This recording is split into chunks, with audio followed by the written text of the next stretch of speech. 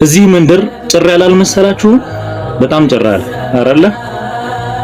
ፕሮፋይሉ ላይ የምትመለከቱትን ኡስታዛችንን ናፍቀነዋል በጣም።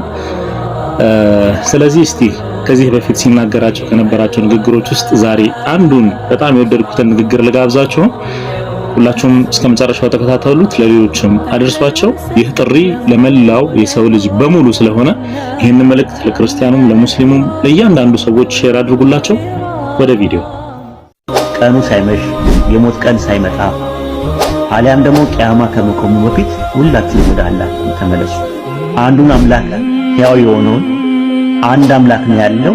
ይህ አንድ አምላክ በአንድነቱ ላይ ሁለትነት ሶስትነት የሌለበትን፣ በሕያውነቱ ላይ ሞት የሌለበትን፣ በአምላክነቱ ላይ ሰውነት የሌለበትን፣ በጥበቃው ላይ እንቅልፍ የሌለበትን፣ በኃያልነቱ ላይ ድካም የሌለበትን፣ ምንም የማያወዛግብ አንዴ ሰው አንዴ አምላክ፣ አንዴ የሚተኛ አንዴ የማይተኛ፣ አንዴ የሚሞት አንዴ የማይሞት፣ አንዴ አንድም አንዴ ሁለትም ሶስትም እየተባለ የማይባልለት አንድ ብቸኛ የሆነ ዩኒቨርስ የፈጠረው የዓለማትን ጌታ አላህን በብቸኝነት የምታመልኩ ጥሪ ያለ። እኔ ለእናቴም እንዳልኳት ታውቃለህ፣ አንድ ጥያቄ ልጠይቅሽ አልኳት። ምን አለችኝ?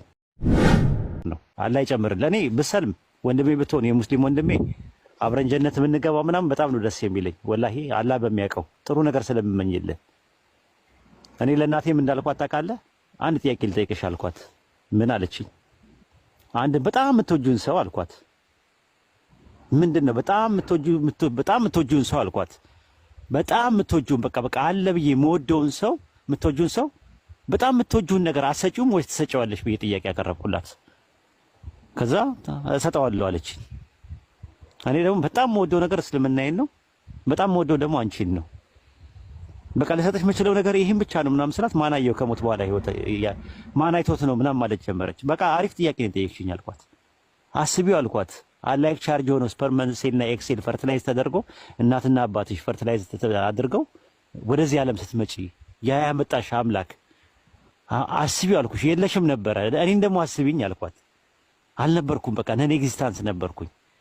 በቃ ይሄንን ነገር እያየሽ ሞቶ ስለመቀስቀስና ከሞት በኋላ ህይወት የትንሣኤ ቀን የፍርድ ቀን የሚባል ነገር ማመን በጣም ቀላል ነው አልኳት። እስቲ ያን ወደ ኋላ የነበረው ዝም ብለሽ አስቢው፣ አልነበርኩም ብለሽ አስቢውና ወደ መኖር መምጣትሽ ራሱ ስታስቢው አይገርምሽም አልኳት።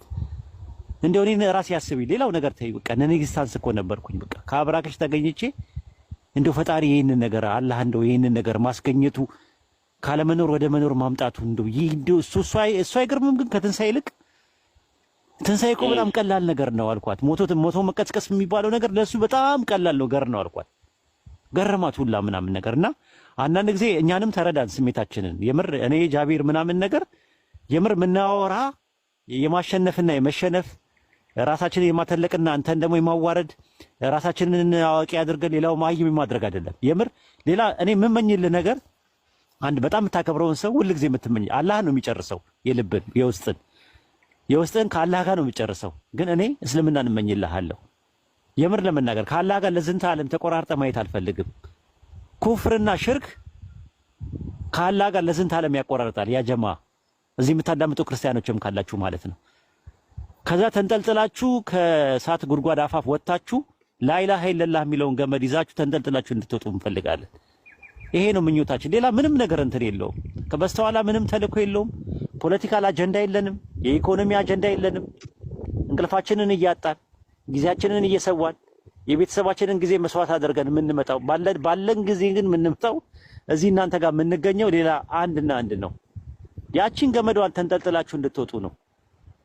በቃ አንተ እኮ ራስ እስቲ ቤሪያዬ እስቲ አንድ ሰው ራሱ ባጠገብህ ያለ ዘመድ ወይም የምታውቀው ሰው አልጋ ላይ ሆኖ ሲያቃስት ብታየው እንደው ያስችላል? ቁጭ ብለህ ታስታምመዋለህ?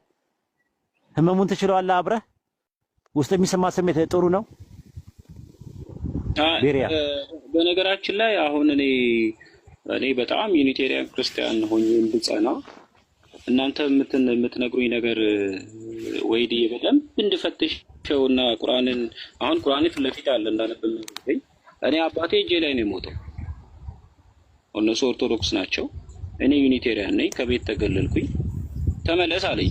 ግን ሲታመሙ አይደለም ምልግን ሲታመሙ ይሄ ህመም ሰው ሲያቃስት አሞት ሲያሳቀሳት በጣም አዝናለሁ። ከዛ ምን አለኝ አንድ ልክ እንደዛ ማለት ነው። ለኛው ምንድነው እኔ ስለ ገሃነም ሳስብ ስለ ገሃነም ሳስብ ስለ ጀሃነም ሳስብ ከአላህ ጋር መቆራረጥ የሚባለው ነገር ሳስብ ለሰው ልጆች እንደዚህ ነው የሚሰማኝ ስሜት ፊሊንጉ ማለት ነው። አላህ አደራ ያለን ዳዋ በሶስት ነገር ነው። እቺ ልጨርስልህ አንዴ። እሺ ልጨርስልህ፣ ሰከንድ ናት በቃ ሁለት ሰከንድ ናት ምናምን። በሶስት ነገር አደራ ብሎናል አላህ። አንደኛው በሐቅ አደራ የተባባሉት አለ፣ ሁለተኛ በትዕግስት አደራ የተባባሉት አለ፣ ሶስተኛው እና መጨረሻ ሌላ ሱራ ላይ ደግሞ በማዘን አደራ የተባባሉት አለ። በማዘን እኔ ስለማዝንልህ ነው እኔ እዚህ ጋር ማወራ፣ ሌላ ምንም ዓላማም የለኝም። አሁን ማውራት ትችላለህ ኢንሻአላህ። የሚገርም ነገር ወይዲ አሁን እዝነት ላልከው በጣም አትራራም ላልከው በጣም ነው እኔ ሰዎች አንድ አምላክን እንዲረዱ የምፈልገውና አሁን አንዳንድ ሰዎች በጣም እንትን ሲሉኝ እኔ እኮ አለመረዳት ፈልጌ አይደለም እኮ ግን ነገሮችን የማይበት መንገድ ነው። እኔ አሁን እጄ ላይ ነው የመጨረሻው ህቅታውን አባቴ እጄ ላይ ነው እና እስከ መጨረሻው ህቅታ እኔ ዩኒቨርሲቲ ነበር ከዩኒቨርሲቲ መጥቼ ነው የሞተው እጄ ላይና ምንድነው ተመለስ አለኝ። እኔ አልመለስም አልኩ። ከቀበርኩት 6 ዓመት ነው። ከዛ ብራዘሮች ምናምን አንተ የሞተ ምናምን እኔ አልመለስም፣ በቃ አምላክ አንድ ነው። አሁን እሱን ወደዛ ሲገባ እኔ እምቢ አልኩ። ሰው አሁን የሆነ ሰው መጥቶ አንተ ስትነግረኝ በደንብ ፈልጬ በቃ አንድን ነገር ረግጦ ለመውጣት መስመሩን ትቶ ለመውጣት እንደሌላው አይደለም። አሁን ሰዎች በሚዲያ ላይ እንደሚያዩት አይደለም እኔ ማየው እና ሁልጊዜ አሁን ብዙ ጊዜ እላለሁ ያንተንና የጃንደው እናንተ ያያችሁበትን መንገድ አይቼ እውነትን መዝኜ ተረድቼ ጨብጬው ለክቼው ሲገባኝ እሆናለሁ። ግን አሁን ምፈትሽበት ማይበት ፐርስፔክቲቭ አለ። እነዛ ነገሮች እንደው ወይድም አንተ ተናግረውም ላይሆን ይችላል፣ ጃም መክሮኝ ላይሆን ይችላል፣ የተለያዩ ወንድሞች ብለውኝ ላይሆን ይችላል። ምንድነው እውነት በሯንና መገለጧን ከሰጠችኝ ያን ጊዜ ወይ ባለሁበት እበረታለሁ ወይ ደግሞ ሽፍት አደርጋለሁ።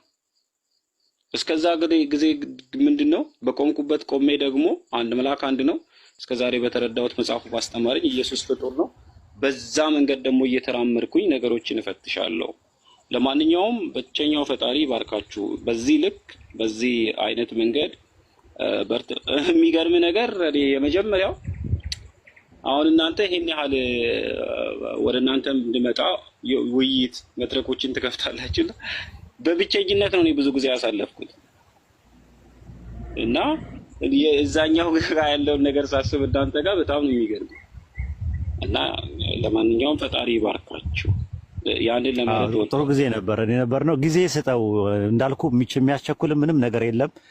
ስሜት የሚባለው ነገሮች አራት ማዕዘኖች አሉት። አንተ ታውቀዋለህ መቼም በሳይኮሎጂ ስሜት የሚባሉት ወይም ደግሞ ኢሞሽን የሚባለው አራት ማዕዘኖች አሉት። ደስታና ሐዘን፣ ፍቅርና ጥላቻ አለ። ከነዚህ ከአራቱ ወጥተህ ራሽናል ሆነ የምትወስነው ምክንያታዊ ሆነ የምትወስነው ውሳኔ ጥሩ ነው ራሱ ማለት ነው። ዲሲሽን ሜኪንግ ፕሮሰስ የሚባለው ነገር መሄድ ያለበት ራሽናል ሆነ ነው፣ ኢሞሽናል ሆነ አይደለም። ያ ደግሞ ምን ይፈልጋል? ጊዜ ይፈልጋል።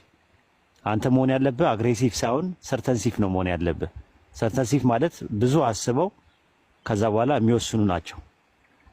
አግሬሲቭ ሰዎች ደግሞ ቶሎ ወስነው ከወሰኑ በኋላ ማሰብ የሚጀምሩ ናቸው። ሁለቱ በጣም ልዩነት አለው። እኔ አንተ ጋር ማየው ነገር አግሬሲቭነት አይደለም ማየው፣ ሰርተንሲቭነት ነው ማየው። ራሽናል ነህ አብዛኛው ነገር፣ ኢሞሽናል አይደለህም።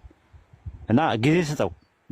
ምንም ያጣደፍ ነገር የለም። ደግሞ አላህም ይረዳል። በዚህ አጋጣሚ ውስጥ የሆነ ነገር ቢከሰት ከእሱ ጋር እንዴት ነው በምን አይነት ሂሳብ ነው የሚያስብ ማለት እንደ ሰው አይደለም። እኛ ነን ጀጅ እያደረገን ያለ ነው ሰውም ማለት ነው ጀጅ የምናደርገው እንጂ አሁን በምን አይነት ሁኔታ ውስጥ እንዳለ ያለበት ሁኔታ በደንብ አድርጎ ያውቃል። ሁሉን አዋቂ ነው እሱ። አላህ ከሪም፣ እሱ ቸር ነው። አላህ አሊም ነው፣ እሱ ሁሉ ነገር አዋቂ ነው። አላህ ሐኪም ነው፣ እሱ ደግሞ ሁሉ ነገር ጥበበኛ ነው። እና አብሽር፣ እኔ ጨርሻለሁ።